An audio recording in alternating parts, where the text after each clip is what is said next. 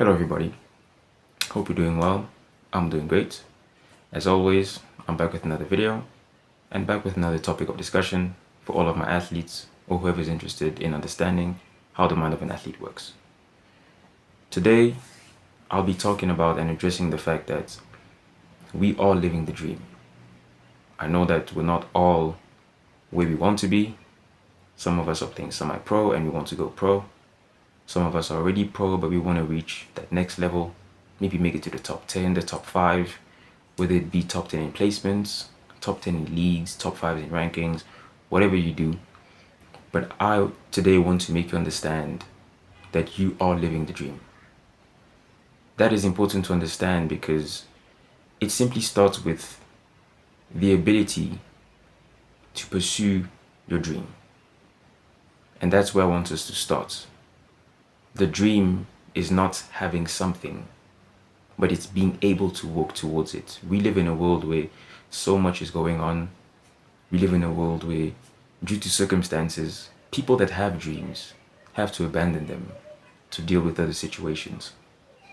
For example, countries are at war, financial difficulties, family difficulties, maybe you're sick, maybe someone's sick, and a lot of people have to, in a way, temporarily or permanently forsake their dreams. So if in 2025 you are in a position where you do not have to forsake your dreams, you're in a country where everything is going fine, no matter if it's going well or it's going bad, the simple fact that you're able to chase your dream and work on it every single day is the dream itself. The first issue that we encounter is being fixated on the wrong things. And that starts with valuing destination over process. Not looking at everything that we currently have and just looking at the end goal. The end goal for you might be winning a specific championship. It might be playing for a specific team, playing in a specific league. And that doesn't allow you to look at and be grateful for what you already have. You're on your way to that. But unfortunately, a lot of us don't look at that. We just want to look at what's next instead of looking at what's in front of us.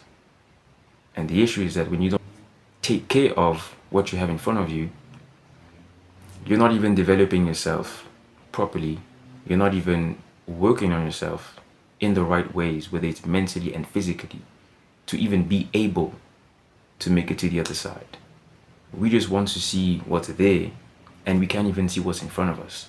So, on top of the fact that you're not where you want to be, the fact that you're not even looking where you are can make you tumble and tremble. If that's a word, if that's not, I just created it, and that's fine. But you're now tripping over obstacles that you don't have to trip over. Not because you can't get over it, but simply because you're not even looking. You're having bad sessions, and instead of immediately looking at, oh, I'm having a bad session, I'll never make it there, maybe you could look at the bad session and see how you could take it from there. But we'll go into that a bit later on. The second issue is obviously a direct consequence of what I just previously mentioned, and it is with the fact that that shifted focus skews the way you define happiness and success. Both are very important because happiness is what we feel and success is what we go for. And if you only define your success by what your life could look like if you get a certain thing, you will never be happy. Even if you're on your way to it, you will only give yourself the opportunity to be happy when you're there. You're not even giving yourself the opportunity to enjoy it in the moment. And that is very unfortunate. That's exactly how people end up being very nostalgic, but for the wrong reasons. You're not just looking back at what you went through, but you're also looking back at the fact that you didn't enjoy it as much. Sometimes we have that feeling for school, or sometimes we have that feeling for maybe someone that we have in our lives that we care for, that we didn't necessarily appreciate when we had them. Same goes for our careers. And I know that's something that a lot of us deal with. Now, obviously, how do we deal with this? The first way is to understand that when it's all said and done, what you remember is the process. When you're talking with your friends or your family and you're having a laugh and you're looking back at what just happened, you're not just looking at the trophy. It's like, hey, I got this trophy, I got this medal. No, when you're having dinner with your family and friends, when you're, hopefully if you have kids, if you want kids, it depends, but when you're with your family and you have all this lore, the lore is not the success. The lore is everything that happened in order for you to get the success. That's what you look back on. Those are the moments that you laugh over. Those are the moments that you share meals over. That's what matters. That's what makes life so enjoyable. Being able to look back and point out the time that you had a rough training session, or the time where things were really good, or the time where things were really shaky, the time where you almost gave up. Those are the things that you look back at. Stories that you see in books. It's not just, oh, okay, I have this. No, people tell their stories, and these are the things that they look back on. This is what inspires people, not just other people, but yourself.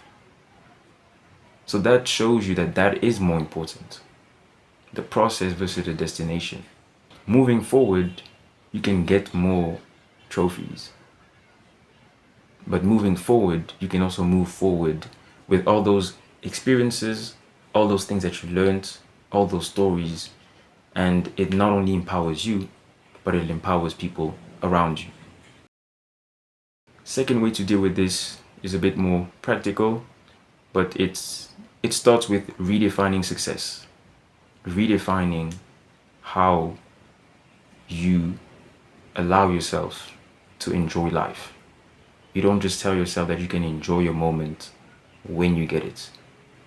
Instead of just looking at long-term goals, start with short-term goals.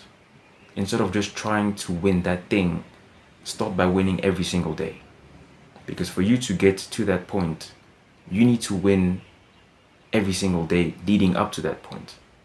And even if there's days that you don't win in the way you would have wanted to, try and see if you can learn something from it. If the day has gone perfectly, that's great. If the day hasn't gone well, but you've learned something from it, guess what? That's great. Because you've either done something right, or you've either learned something new that you can now apply to the next day.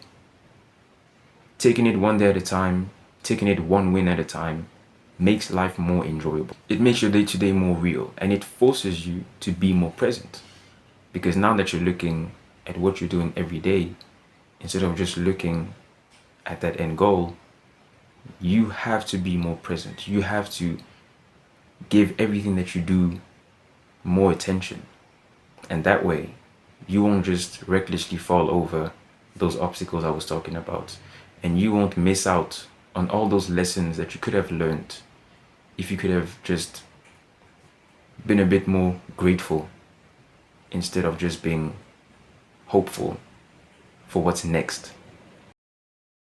I just want to end this video off by saying, be more grateful instead of just being hopeful.